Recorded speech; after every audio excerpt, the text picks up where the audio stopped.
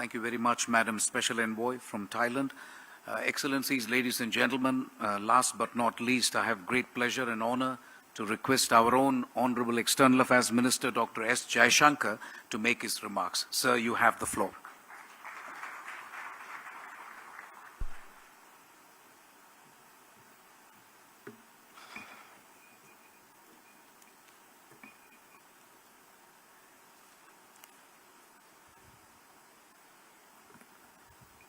Dr. Mohan Kumar, my ASEAN Ministerial colleagues, Excellencies, ladies and gentlemen.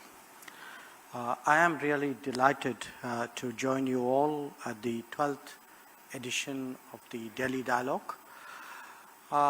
This evening is a culmination of a long day, which was a very productive day, I think. My colleagues would agree with me.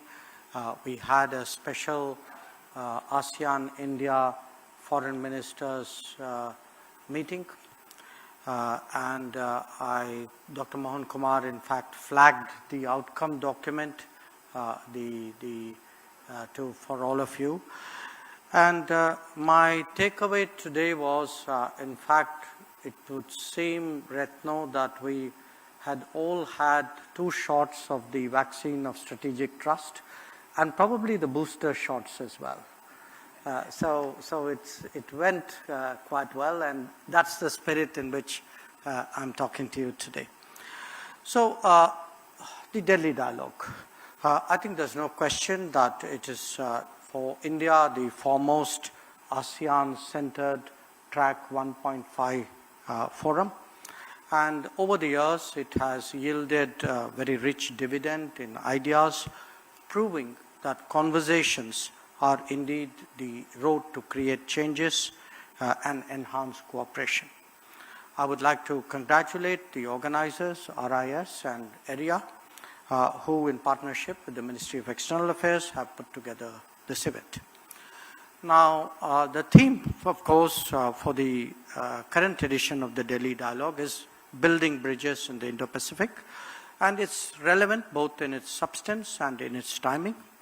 As we have all seen, the Indo-Pacific has been at the center of the geostrategic and geo-economic discourse currently.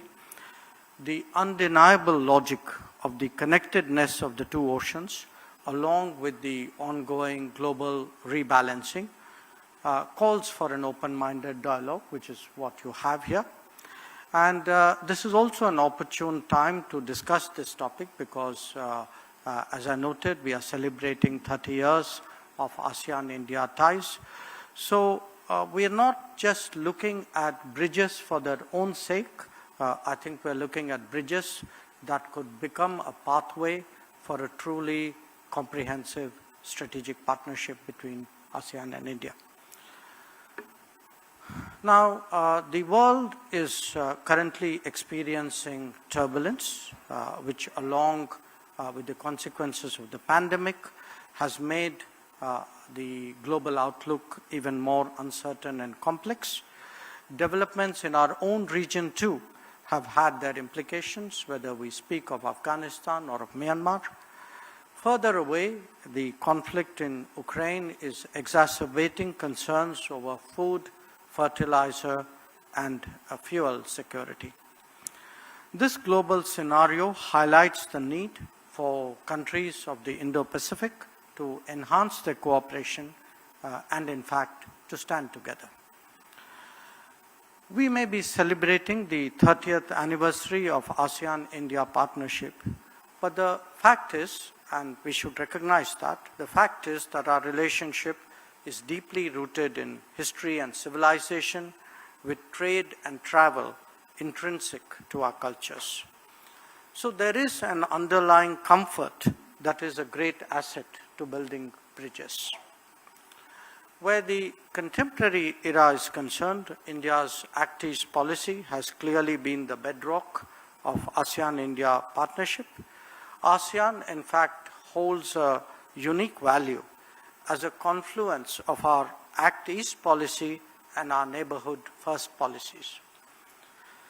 3 decades ago, with economic liberalization, India began a process of forging closer ties with the ASEAN, and since then, the partnership has grown commensurate with the expansion of our capabilities, the growth of our economies, and the evolution of the regional architecture.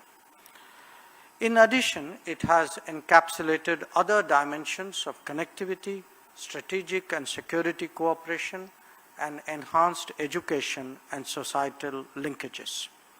So what began 3 decades ago as a crisis response has indeed evolved into a profound strategic outlook. You will all also recall that in 2012, India-ASEAN relations were upgraded to a strategic partnership. In 2015, we opened a separate mission to the ASEAN in Jakarta. And in 2018, in a milestone event, the leaders of all 10 ASEAN member states visited India as chief guests of our Republic Day celebrations to mark the 25th anniversary of ASEAN-India relations.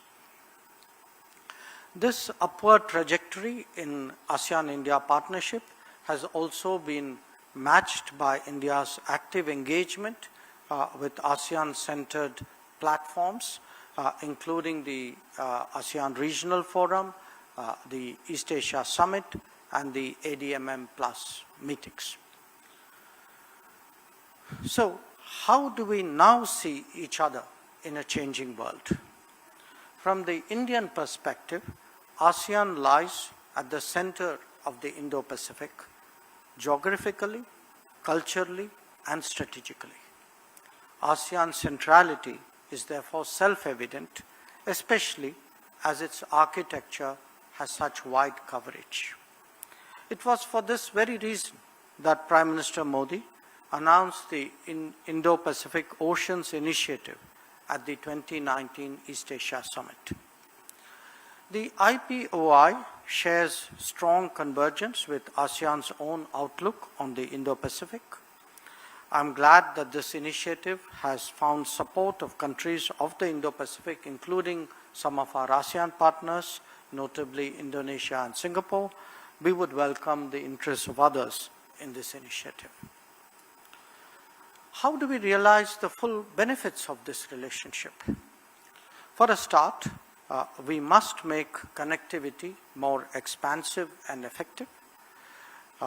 We align our initiatives in this regard with the Master Plan for ASEAN Connectivity, the Kaladan Multimodal Transit Transport Project, and the India-Myanmar-Thailand Trilateral Highway, both passing through Myanmar, are the most significant of these undertaken by India. They are also the hardest ones, both because of topography and local conditions. Realizing their early implementation will require sustained focus, including through our bilateral engagement with Myanmar. We can also explore synergies in connectivity plans with others, like the BIMSTEC Master Plan for Connectivity. Indeed, seamless connectivity from India all the way to Vietnam and Philippines will create an east-west lateral that will impact the entire Asian continent. Connectivity now encompasses data and energy flows, not just unhindered movement of goods and people. Data, digitization, and technology are redefining and reshaping almost every aspect of business and society. India and ASEAN contribute to the ongoing rebalancing of the global order. We are driven by a rising consumer class, a strong startup ecosystem, a growing internet economy, and a robust demographic dividend. We have also between us the necessary trust and transparency, now so central to digital cooperation. India and ASEAN have already initiated cooperation in renewable energy, in wind and solar energy, and smart grids through the ASEAN-India Green Fund. We look forward to further enhancing our energy and power connectivity and cooperation and cooperating on a low carbon regional economy. In this regard, the International Solar Alliance is a particularly useful platform. Like the rest of the world, India and ASEAN too are recovering from the COVID. A key takeaway is to be better prepared for future health emergencies. India and ASEAN have stood by each other during this pandemic. Now we are poised to move beyond those exchanges based on immediate need and build longer-term health partnerships. As the world moves towards greater rebalancing, multipolarity and globalization, India and ASEAN will have to consider what this means for their relationship. To de-risk the global economy, they can be partners in building reliable and resilient supply chains. To ensure a secure digital existence, they can collaborate in promoting trust and transparency. Between themselves and with others, they can also contribute to the well-being of the global commons, especially through the observance of international law. These are the relevant bridges of our times. It is natural, while surveying the larger landscape, that our ASEAN partners would have an interest in relations between India and China. So let me be clear that the development of our ties has to be based on three mutuals: mutual respect, mutual sensitivity, and mutuality of interests. The state of the border will be reflected on the state of the relationship. Let me conclude by emphasizing that India-ASEAN ties are built on the foundation of history, geography, and culture. But they reflect the promise of growth, prosperity, stability, and development.